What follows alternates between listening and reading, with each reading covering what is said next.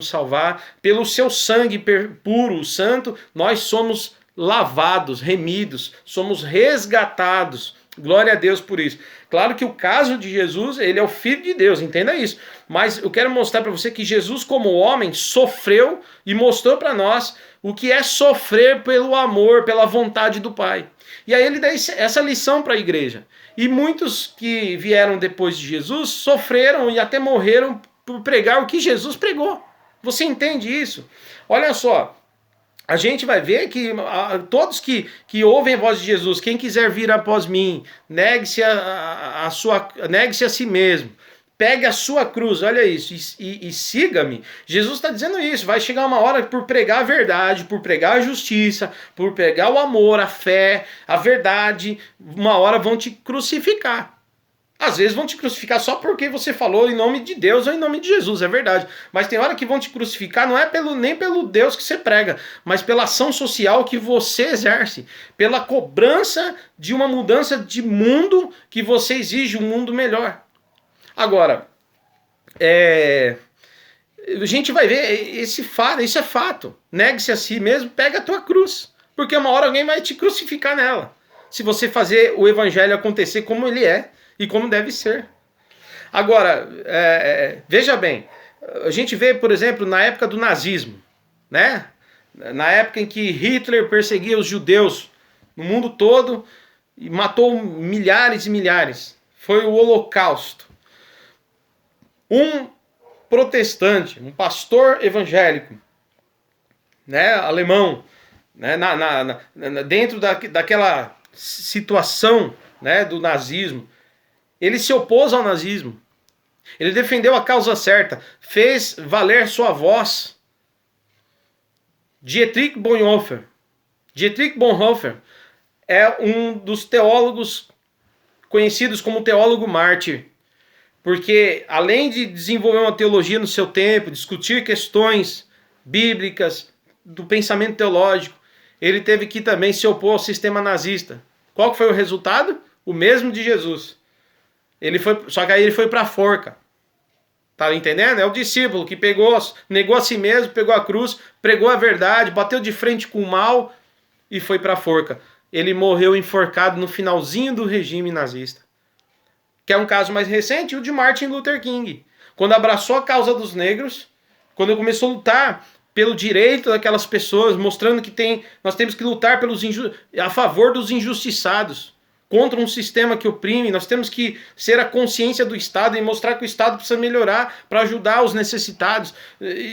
Temos que acabar com o racismo, temos que acabar com a violência, temos que acabar com a pobreza. Quando a gente luta por esses direitos, nós estamos exercendo o evangelho que fala que o reino de Deus está próximo e os homens têm que se arrepender dos seus pecados, porque Deus vai cobrar a todos segundo as suas obras. E você proclama isso, e você aponta o erro, é a consciência do Estado.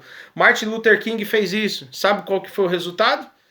Ele foi assassinado. Você está entendendo? Toda vez que você levantar a bandeira da justiça, você vai lutar contra forças grandes deste mundo. E você vai ser um mártir, provavelmente. Nem todos vão ser, graças a Deus, mas muitos morrerão. É um dos motivos pelos quais muitas vezes as pessoas também nem querem se envolver. Mas eu quero mostrar para você que a igreja não pode se calar diante de coisas que ela vê dessa forma. É necessário que pastores, homens de Deus, venham ao público e façam críticas ao Estado, leve a consciência para o que é certo, para o que é justo. E não fiquem brigando apenas por questões teológicas que competem somente à igreja, ou fiquem discutindo apenas questões que não servem para melhorar a vida, nem o mundo, nem o Brasil que nós temos. E oração é importante, irmãos. Mas eu quero mostrar que Jesus orava, mas agia. Quero mostrar que Dietrich Bonhoeffer, ele orava, mas também agiu. E eu quero mostrar que Martin Luther King, ele orava, com certeza, mas também agia. Tá certo? As pessoas não vão mudar só porque você ora, mas porque você também age. Aliás, a sua ação vai demonstrar que a sua oração é coerente. Muitas vezes nós oramos, né? É igual orar pedindo a Deus um emprego sem nunca procurar um emprego. Né? Ah, Deus, eu quero um emprego, e nunca sai para procurar um emprego. Lógico, eu quero ser solidário aqui, porque o desemprego está muito grande, não está fácil. Aliás, eu quero ser solidário com você, que o desemprego no Brasil cresceu muito, e não é só por causa da pandemia. A pandemia piorou, mas já era um estado crítico, tá? E não é só desse governo, dos governos anteriores, sempre existiu esse problema aqui, tá bom? Agora, pessoal, eu quero mostrar isso, que é igual orar e não ir buscar o emprego, né? Não ir lá fazer uma ficha, não ir lá fazer uma entrevista.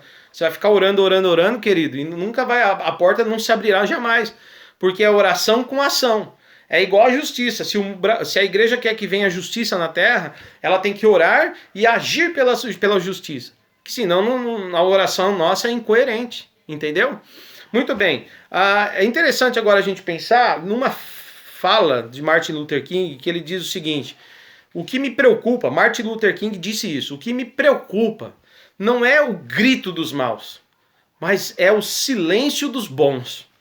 Luther King diz o seguinte, que quando os bons se calam, então só os maus têm voz. Só eles têm a voz para dominar o mundo. E aí o mal opera, o mal expande, porque os bons se calaram. Vale a pena lembrar que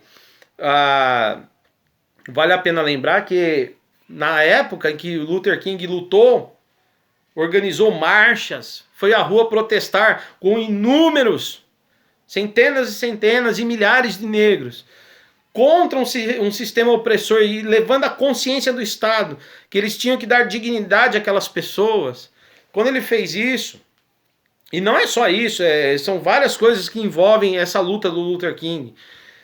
Quando ele fez isso, apareceu na mídia, foi uma ação que foi divulgada para o mundo inteiro, entrou para os livros de história, né? Ele percebeu que parte da igreja não quis apoiá-lo. Parte da igreja, de pregadores famosos da época, muitos deles, não todos, tá? Mas muitos deles se calaram, ficaram quietinhos, porque muitos, inclusive, faziam parte da cultura branca, né? E não queriam se envolver nisso, né? Não queria criar problema ali com os seus patrocinadores dos seus programas ou de pessoas que ofertavam em suas igrejas, que eram brancas, que eram proprietárias disso ou daquilo. Então a visão racial ali, de racismo, aliás, era muito pesada, e é ainda nos Estados Unidos, como nós vemos esse vídeo recente, um ato de injustiça porque o homem é negro. Eu quero mostrar para os irmãos que os cristãos daquela época não ajudaram Luther King na sua marcha, se calaram. E eu quero dizer para você que se calar não é bom, tá? Eu quero mostrar para você outro livro. Esse livro aqui, ó, é Teologia da Trincheira, tá vendo? Teologia da Trincheira. Esse livro é do pastor Antônio Carlos Costa também, tá? Fala de reflexões, provocações sobre o indivíduo, sobre a sociedade e sobre o cristianismo, publicado também pela Mundo Cristão. Vale a pena você ter esse livro também. Tem um trechinho aqui na página, deixa eu ler aqui, na página 180, olha o que o Carlos Costa diz aqui, olha aqui, ó. A principal obra da fé é o amor misericordioso. Essa é uma questão que deve confrontar todo plantador de igreja e evangelista. Que tipo de cristão queremos que surja como consequência dos nossos esforços evangelistas? Que tipo de igreja a gente quer plantar? Que tipo de cristãos nós queremos edificar, fortalecer, ou formar, ou discipular, né? Estamos nos dedicando a plantar e nutrir que tipo de igreja? Ele pergunta. Aí ele diz, olha só, Martin Luther King baterá à porta da casa do membro da sua igreja, chamando-o para marchar com ele contra a segregação racial. E ele vai recusar, porque só consegue ver o cristianismo relacionado a convidar pessoas a participar do grupo da sua igreja. É uma crítica, um pensamento, uma reflexão. Vão se calar como parte da igreja se calou quando Luther King lutou pelos direitos? Não é? Você entende? E a igreja ainda, em boa parte conservadora, ainda pensa assim. E é um pensamento errado. Porque assim nós não mudamos o mundo, nós não levamos a justiça, o amor, a paz. Tá certo? Então não sejamos os bons calados, para que os maus continuem gritando, mas sejamos os bons, os servos de Deus, os filhos de Deus, que abrem a boca para proclamar o verdadeiro evangelho e lutar contra as injustiças, para pregar um amor que realmente transforma, um amor que... Qual que é o amor verdadeiro segundo a palavra? É aquele que tem coragem de dar a vida pelo seu amigo, é aquele que tem coragem... Jesus falou, eu sou o bom pastor, eu dou a vida pelas ovelhas. Esse evangelho que te leva lá, inclusive o nome desse livro é Teologia da Trincheira. As pessoas desenvolvem teologia muitas vezes escondidas dentro dos seus seminários, das suas faculdades, desenvolvem teologia dentro das suas igrejas, 4 paredes, mas vá lá na rua desenvolver uma teologia. Inclusive eu quero dizer, irmãos, que a teologia ela tem que servir para alguma coisa no mundo onde nós vivemos, e não apenas para nos instruir numa doutrina que fala do céu, mas também mostrar que Deus, o reino de Deus, já está dentro de nós. E que nós devemos levar a conversão, a pregação do evangelho para converter sim pessoas, porque elas precisam ter o nome escrito no livro da vida. Eu tenho falado, isso é o principal, mas não é só isso, o evangelho é mais, é dar pão, né, ao faminto, dar roupa ao que está nu, né? É visitar o que está preso, é ir nos hospitais, visitar o doente, enfim, não é isso que ele falou? Jesus falou. Olha, eu tive fome e me deste de comer, tive sede e me deste de beber, estive nu, me destes roupa, passei frio e me cobristes, estava enfermo, fostes me visitar, e estava preso e fostes me ver. Aí alguém falou, mas quando, Senhor? Quando o Senhor esteve que nós nunca vimos o Senhor ali? E ele responde, todas as vezes que vocês fizeram isso aos pequeninos, aos meus pequeninos, vocês também fizeram a mim. E ainda existe uma discussão, mas esses pequeninos são só os cristãos, não é? Só os filhos de Deus. Não, é para todos, irmãos.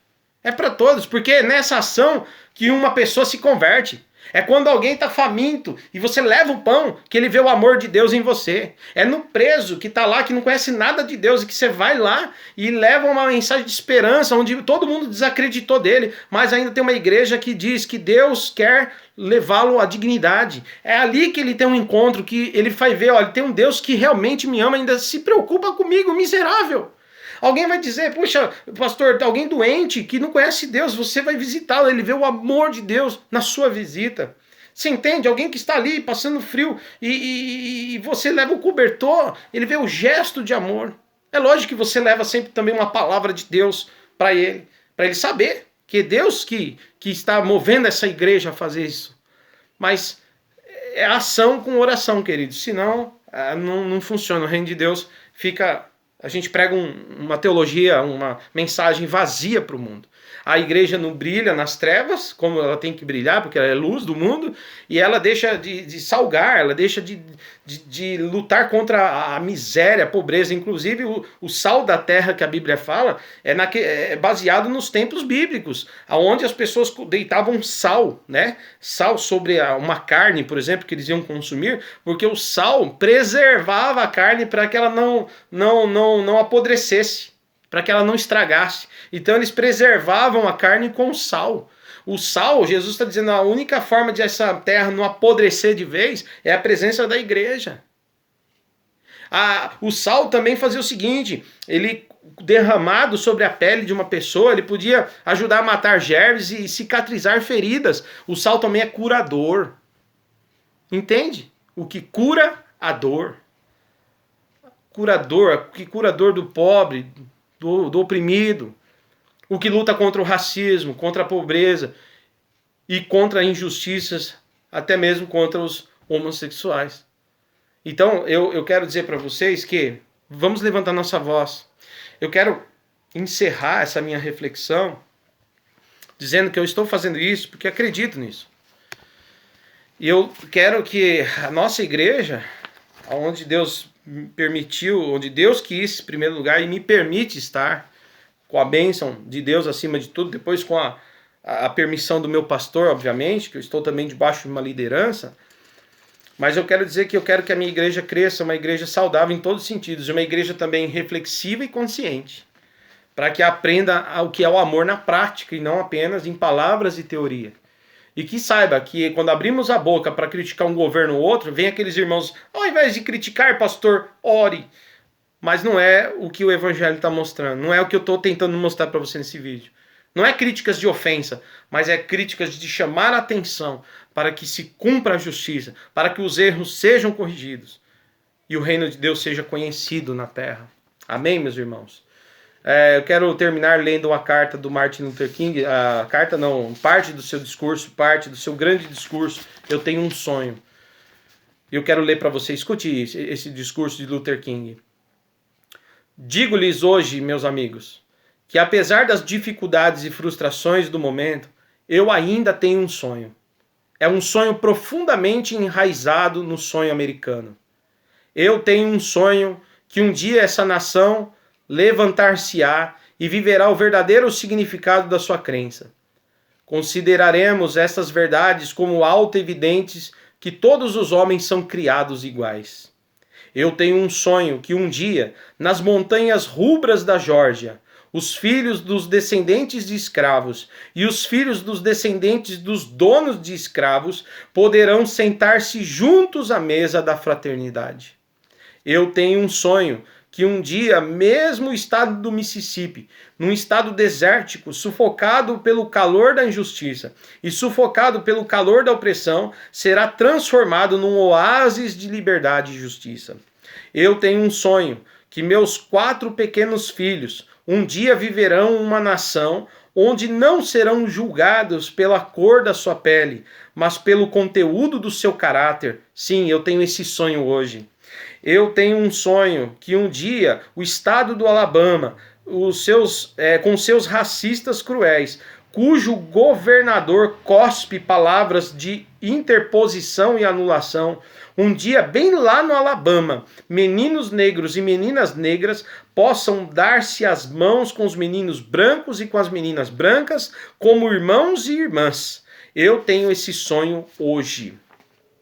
Eu tenho um sonho que um dia todos os vales serão elevados, todas as montanhas e encostas serão niveladas, os lugares mais acidentados se tornarão planícies e os lugares tortuosos se tornarão retos, e a glória do Senhor será revelada e todos os seres a verão conjuntamente. Essa é a nossa esperança, essa é a fé com a qual eu regresso do sul. Com essa fé, nós poderemos esculpir na montanha do desespero uma pedra de esperança. Com essa fé, poderemos transformar as dissonantes discórdias do nosso país em uma linda sinfonia de fraternidade. Com essa fé, poderemos trabalhar juntos, realizar juntos, lutar juntos, ser presos juntos, defender a liberdade juntos, sabendo que um dia haveremos de ser livres. Esse será o dia, esse será o dia em que, quando todos os filhos de Deus poderão cantar com um novo significado. Meu país é teu, doce terra da liberdade, de ti eu canto.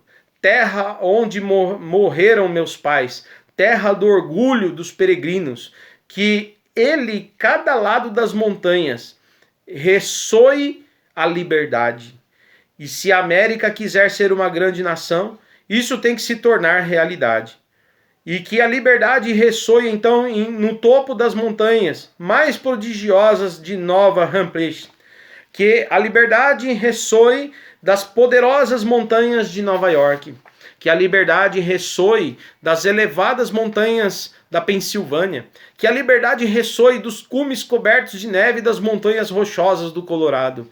Que a liberdade ressoe dos picos curvos da Califórnia. Mas não só isso, que a liberdade ressoe da montanha da Geórgia. Que a liberdade ressoe da montanha do Tennessee. Que a liberdade ressoe de cada montanha e de cada pequena elevação do Mississippi. Que de cada encosta a liberdade ressoe.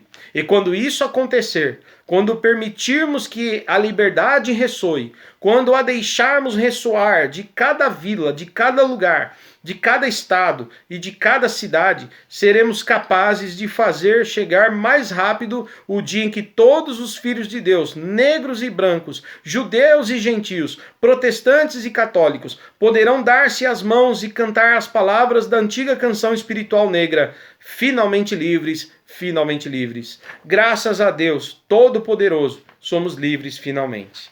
E assim foi um grande discurso de Luther King. Eu tenho um sonho de um mundo melhor, né? E depois, assim, com o tempo ele foi, né, ele foi assassinado, com 39 anos. Eu quero dizer para você, meu irmão, que eu quero fazer das palavras do Luther King nesse discurso minhas palavras. Eu tenho um sonho, que aqui também no nosso país, assim como no mundo, o racismo acabe. Eu tenho um sonho, que aqui no nosso país, assim como no mundo, aqui no país Brasil também, a pobreza acabe. Que haja dignidade aos pobres, que eles deixem de ser pobres. Que a palavra pobre não signifique mais uma realidade, mas apenas um passado distante. Porque o mundo irá melhorar. Eu tenho um sonho. Eu tenho um sonho que acabem os problemas de favelas. Que todos tenham direito a tudo o que é necessário. Que tenham boa saúde, que tenham segurança, que tenham excelente educação pública. Sim, eu tenho um sonho. Eu tenho um sonho que o desemprego acabe. Eu tenho um sonho, eu tenho um sonho. Eu tenho um sonho também que acabemos com essa polarização que estamos vendo hoje, direita e esquerda, que tal lutarmos todos pela justiça e contra a corrupção do nosso país. Eu tenho um sonho. E que a igreja lute por esse sonho. Que a igreja fale sobre isso. Eu quero encerrar dizendo que se isso não acontecer nessa terra, porque o mundo é mundo e o mal está no mundo, porque o mundo jaz no maligno, eu quero dizer, continue lutando pela justiça, assinando com certeza as coisas que a igreja deve fazer. E assinalando o reino de Deus. E acenando ao mundo, mostrando que Jesus Cristo voltará. Sim, essa mensagem é real. Um dia ele voltará. E ele trará com ele um reino de glória. Um reino de luz. E todo aquele que estiver em Cristo, que estiver salvo, será herdeiro com ele. Irá governar com ele, irá viver com ele no novo céu e na nova terra. Ele voltará. Irá julgar todos os homens, grandes e pequenos. Irá julgar todas as nações. Irá dar a cada um segundo a sua obra. Uns serão salvos, viverão em plena alegria por toda a eternidade. Outros serão condenados para o juízo e condenação eterna. Sofrimento eterno. Essa é a palavra ortodoxa. E é nisso que eu acredito. Ele virá e o seu reino não terá fim. E o mundo verá o que é justiça, equidade, o que é igualdade.